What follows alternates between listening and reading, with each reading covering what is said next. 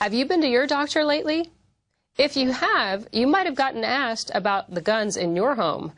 Yeah, that's the newest thing. Welcome to Obamacare. The Daily Poll writes that a patient went in and one of the questions they were asked was about their weapons at home. The person says, "Needless to say, I didn't answer these questions and asked a few myself." Like, what kind of form is this? Is this a government form? Is this tied to Obamacare?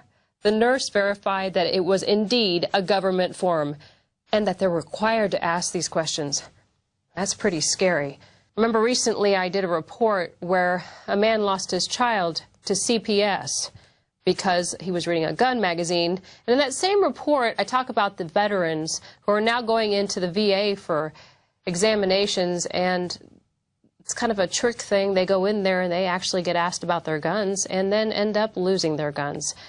The VA doctor actually admitted that they're getting $3,000 ahead for each veteran that they get their guns from, willingly or unwillingly, because you have a choice. You can hand over your weapon. And remember the other article on Infowars.com recently. The NRA joins the ACLU lawsuit and claims that the NSA is starting a gun registry.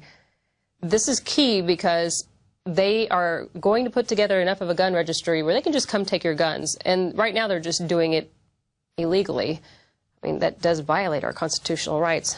Welcome to America. And Obama asks Congress to wait on Syria because he has to ask the UN. I'm also the president of the world's oldest constitutional democracy. So even though I possess the authority to order military strikes, I believed it was right, in the absence of a direct or imminent threat to our security, to take this debate to Congress. I believe our democracy is stronger when the president acts with the support of Congress. And I believe that America acts more effectively abroad when we stand together. This initiative has the potential to remove the threat of chemical weapons without the use of force, particularly because Russia is one of Assad's strongest allies. I have therefore asked the leaders of Congress to postpone a vote to authorize the use of force while we pursue this diplomatic path. So, of course, he went ahead and met with the Congress, but he's really going to go to the UN to get permission. So Obama agrees to UN discussion of putting Syria chemical weapons under international control. He says this morning that he spoke separately with President Hollanday and Prime Minister Cameron.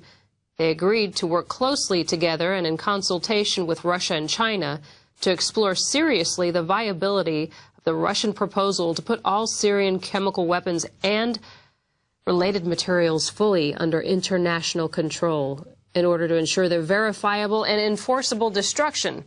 These efforts will begin today at the UN and will include a discussion on elements of a potential UN Security Council resolution.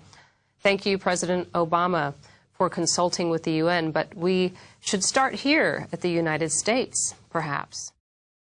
Now you can watch Alex Jones live at Infowars.com/show. You'll find links to all of our content there and a free 15-day trial for Prison Planet TV. You can also browse the network, the Infowars Nightly News, and over 60 movies and documentaries all together in one place. You can watch the Alex Jones radio show live as it happens. So check it out, Infowars.com/show.